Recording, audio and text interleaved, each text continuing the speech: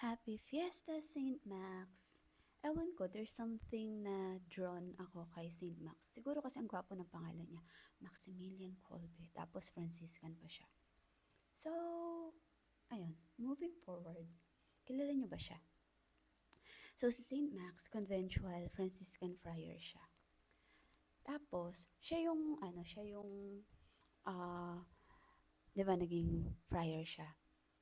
Tapos, yung, tapos siya yung binigay niya yung life niya kapalit ng life ng iba dun sa camp, sa concentration camp.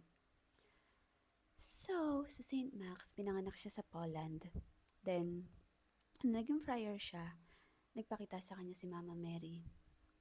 May hawak na dalawang crowns. White is for purity and red is for martyrdom. Tapos tinanong siya, anong pipiliin mo? Sumagot siya, pareho. So, iniisip ko pa rin yun na kung tayo kaya tatanungin, anong pipiliin natin? Diba? Tapos na naging priest na siya,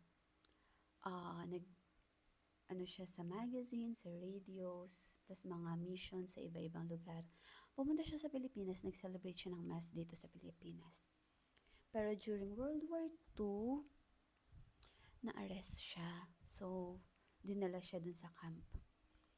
Tapos, one day, may nakatakas na prisoner.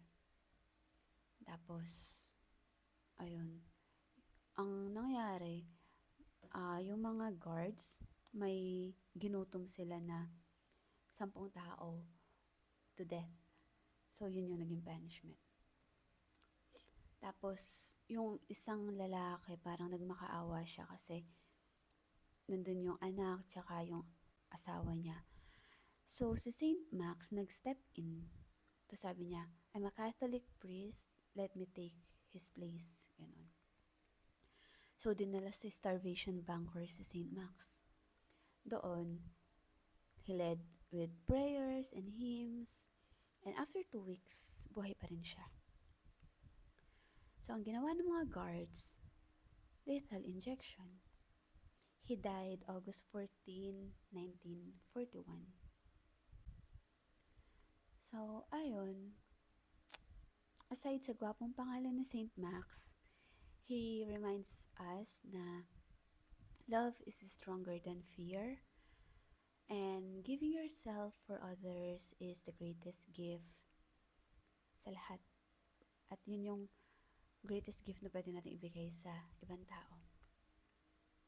So, do not be afraid to love.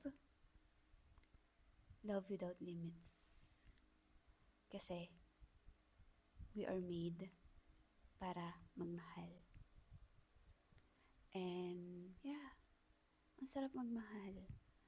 Yung puso mo punong-puno ng pagmamahal. I'm not talking romantically. I'm talking about love,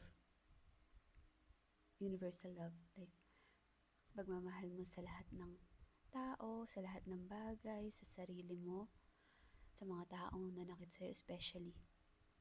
And sa mga tao na kailangan ng pagmamahal. Kasi, free ang pagmamahal.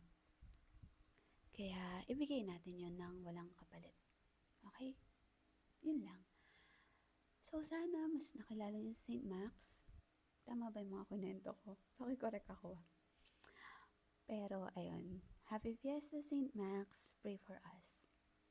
Bye!